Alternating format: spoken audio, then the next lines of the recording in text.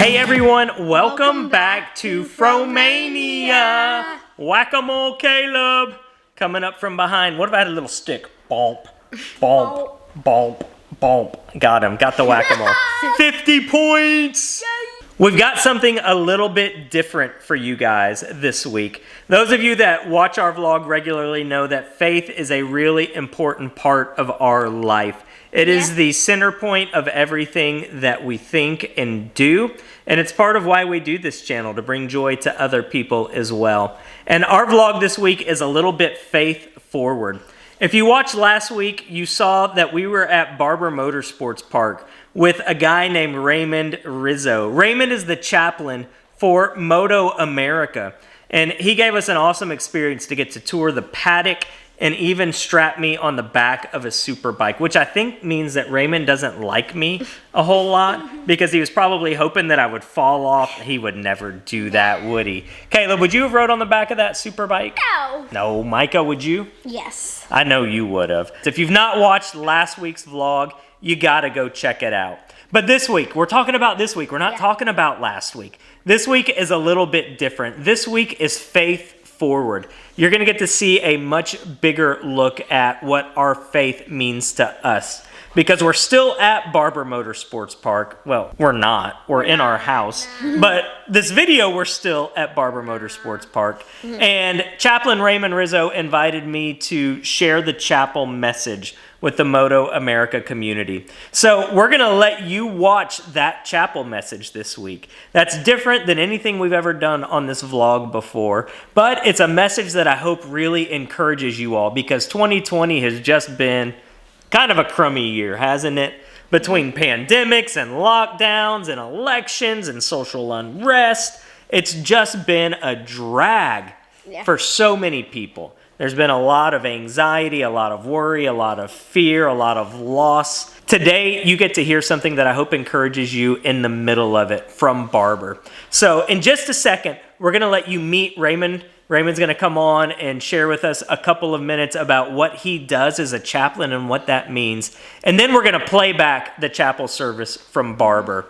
Right there in the middle of this beautiful racetrack with motorcycles screaming by in the background, I'm going to share a bit of a message with you all that I hope will encourage you. If faith isn't your thing, just give it a shot and listen through to the end, and hopefully something within it will encourage you.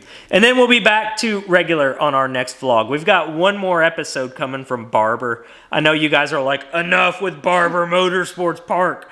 Enough already. But we got one more coming. We want you to see the Barber Vintage Motorsports Museum, because it was amazing. The cars, the motorcycles, the stuff that was in there was awesome. So this week, a little bit different. We're going to share a message. Next episode, come back. We're going to have Barber Vintage Motorsports Museum and give you a tour. But enough of us yakking from the living room. Barber is way more beautiful of a setting than what the walls behind us are. So with that, let me introduce you guys to Raymond, and we're going to get back to Barber, and hopefully you guys will come away from this week a little bit more encouraged. This is Raymond that I told you guys about. This is my brother in the Lord. This is my dear friend. This is my partner in ministry. And this is, I think, still my friend after what he put me through on that bike yesterday that you all got to see. But Raymond is serving this community of racers, and it's been remarkable just to get to sit and see him, how he's woven in this community. A lot of you might not be familiar with what a chaplain is. It's a caregiver of people.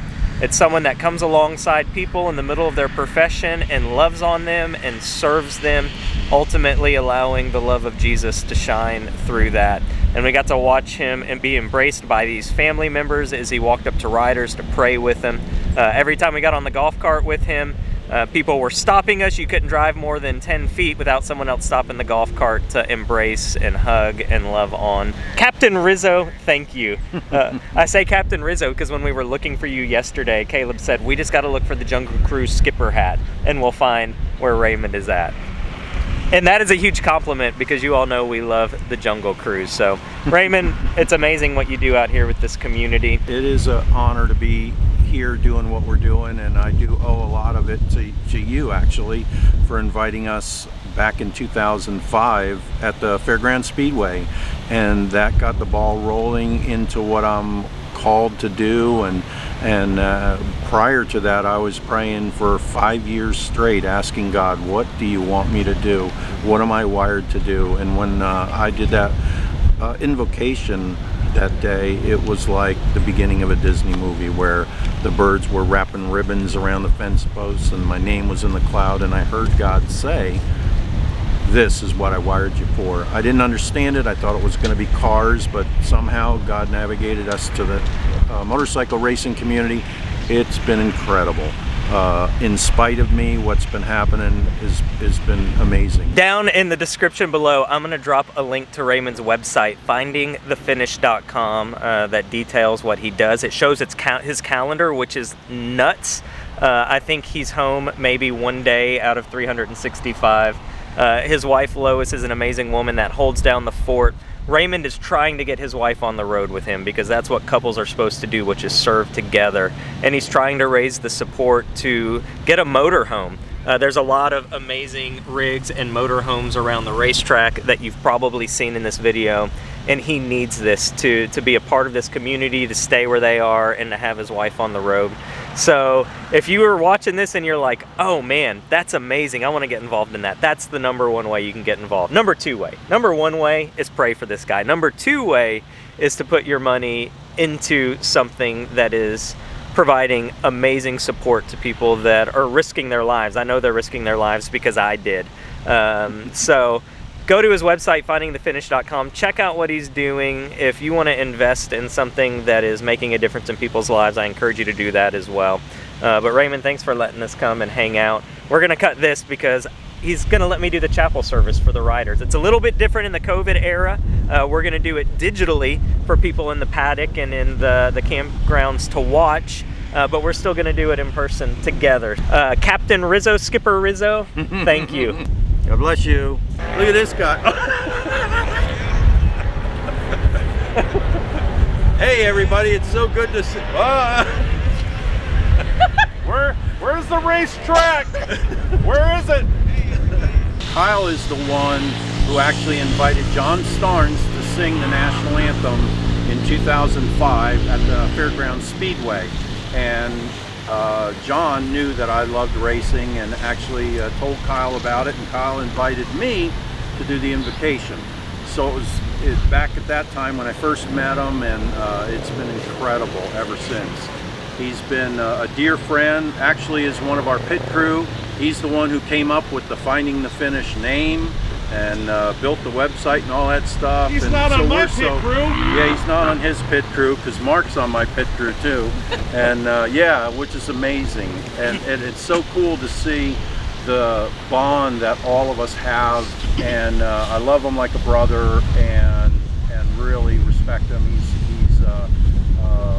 I don't know what the best term is, but ahead of his time. I'm not sure if that's the best way to put it, but I'm surely a man of God.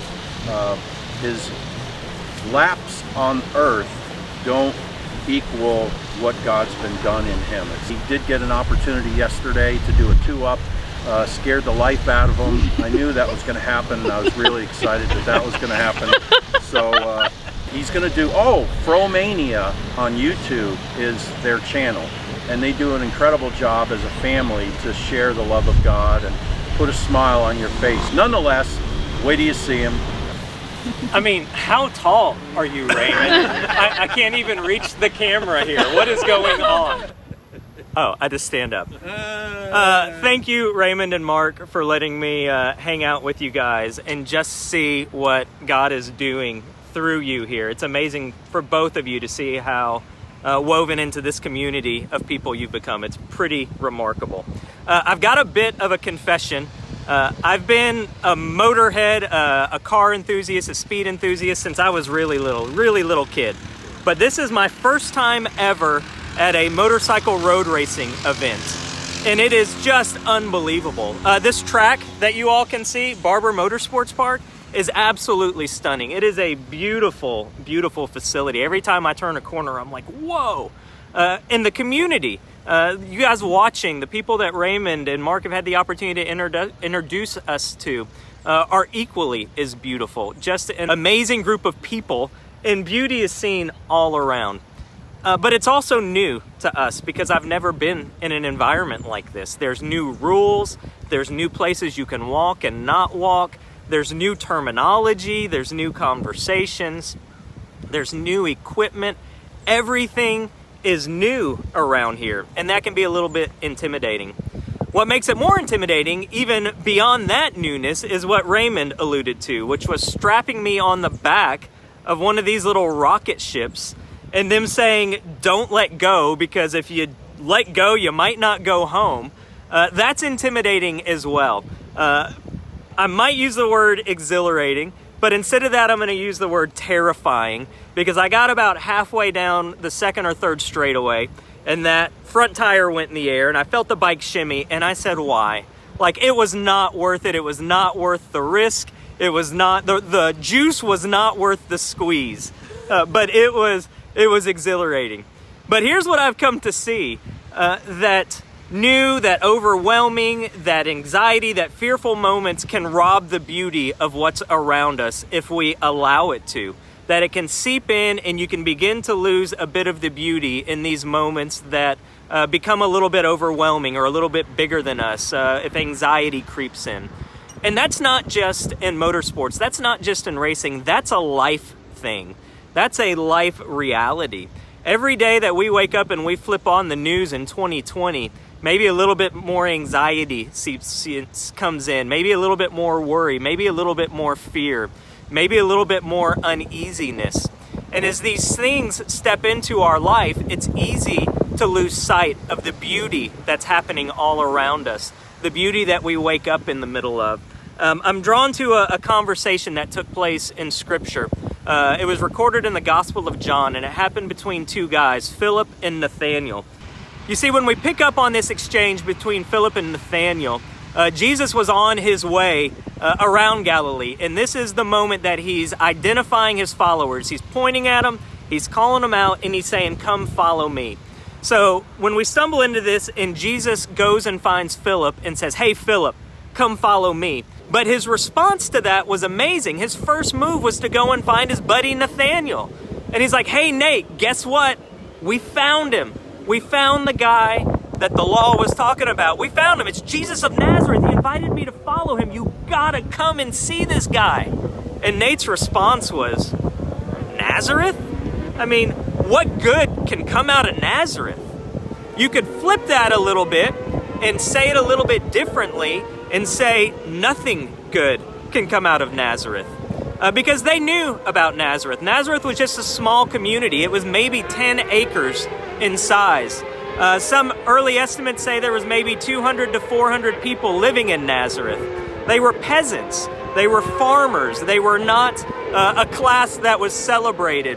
And Nathaniel's response was like, listen, I get it, Philip, but can anything good come out of that place? Can anything good come out of a pit hole like Nazareth?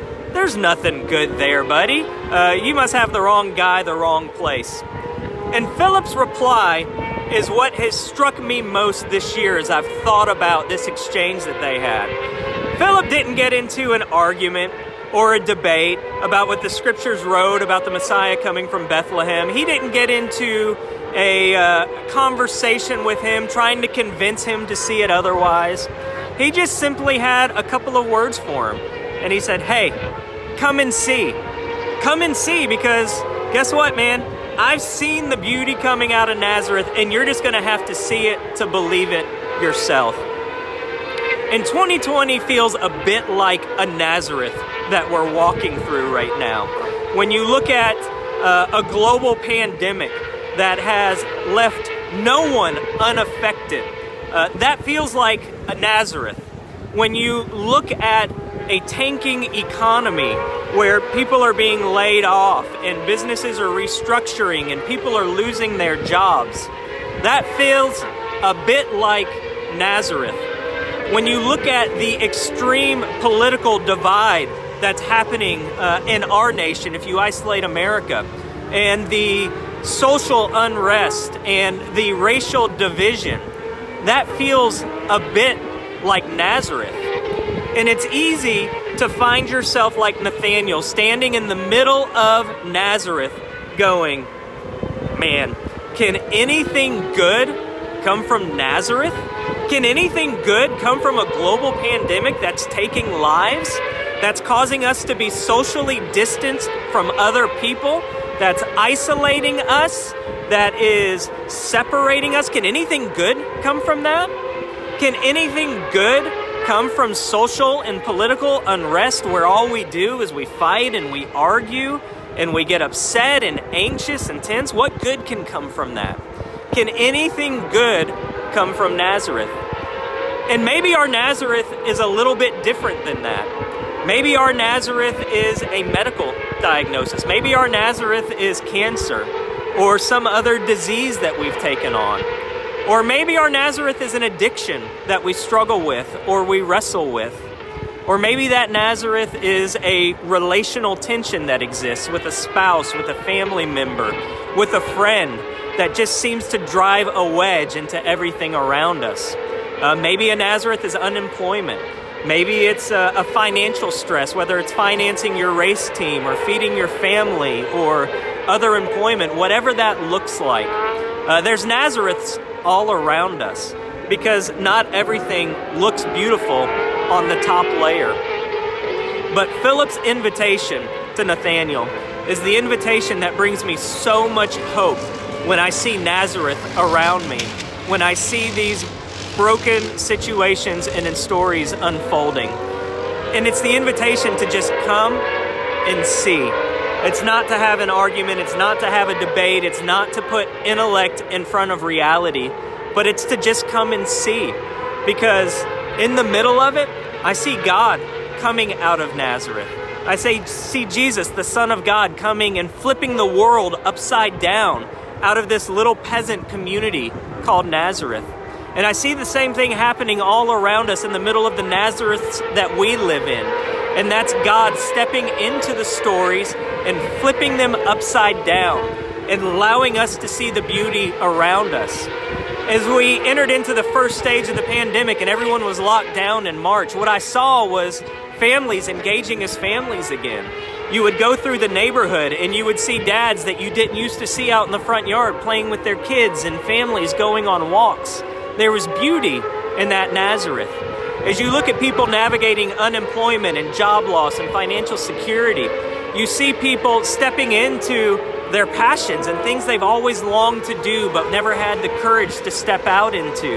That's God writing beauty into that story of Nazareth.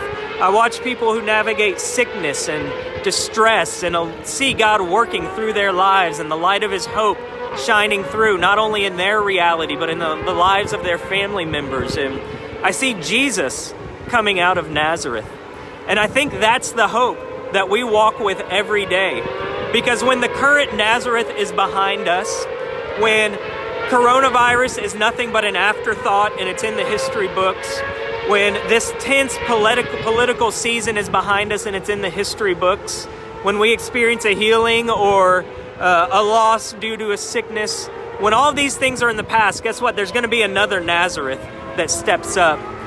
There's going to be another crisis that we walk through, another pain, another struggle. And it's not those things that defines beauty, but it's God working in the middle of those things.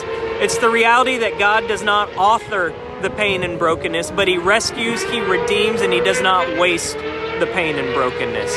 And that's the hope that I walk with. That's the reality that I walk with, that in the middle of Nazareth, Jesus, the Son of God, God in flesh, came out of Nazareth and rewrote history. And it's sometimes in those most broken, most dark, most scariest moments that we see God emerge.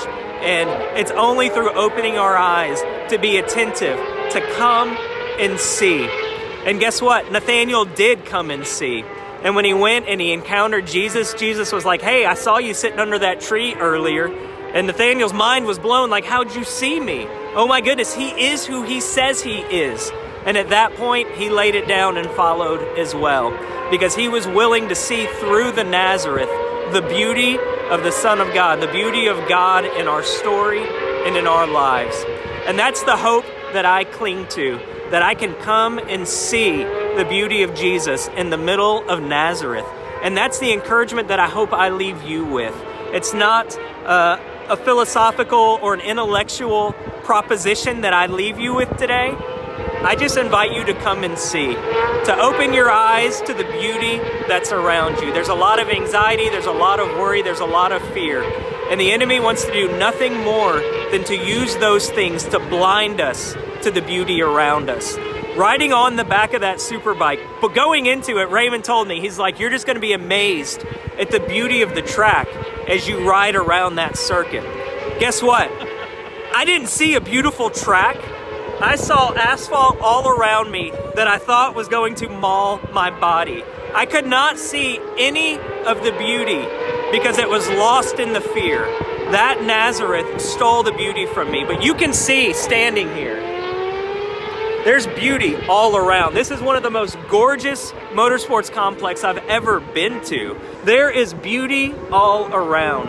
And we can't allow those Nazareth moments to rob the beauty around us. We can't allow what life is doing, what circumstances are doing, what's going on around us to rob us from the beauty of what God is doing in our lives. So my invitation to you is to come and see. It's simply that. Yes, there is a Nazareth. It was a real place then, and it is a metaphorical, tough place for us now. But come and see Jesus coming out of it, because beauty abounds and hope abounds. And I hope that today you're able to pause in the middle of it, look beyond Nazareth, and see the beauty of Jesus. So I'll leave you simply with that. Come and see. That was it, man. That was Chapel from Barber Motorsports Park. Hope that you were encouraged by that. And I hope that you begin to see some beauty coming out of Nazareth in your own life, in your own story in 2020. Keep pushing, keep digging. We're here to encourage you. If we can ever encourage you in any way or pray for you, leave a comment below, and we want to do that. We want to help you see the good coming out of this year. So be sure to come back for our next episode. We've got one more time at Barber, and then I promise that's all for Barber this year. We will not be back at Barber this year unless Raymond invites us again. And then I'll go back to Barber this year because it was really cool. Yeah. Thank you again, Raymond, for letting us be a part of your chapel and be a part of what you're doing in that community. Really, really cool stuff. I need a favor from each of you, though, this week. I need you to go out there and I need you to give more. I need you to do more. I need you to share more, and I need you to love more. Why do I need you to do those things? Because it's contagious, and the more you do it, the more others want to do it. The more others want to do it, the more others want to do it. And then we begin to see a lot of beauty in this year. And then the things that happen don't matter as much because we're redeeming all of the broken that's happening all around us. So go out there, give more, do more, love more, share more. But whatever you do, remember, always remember, never, never, never, never forget. Always remember, go out there and show your smile. 'Cause it's okay.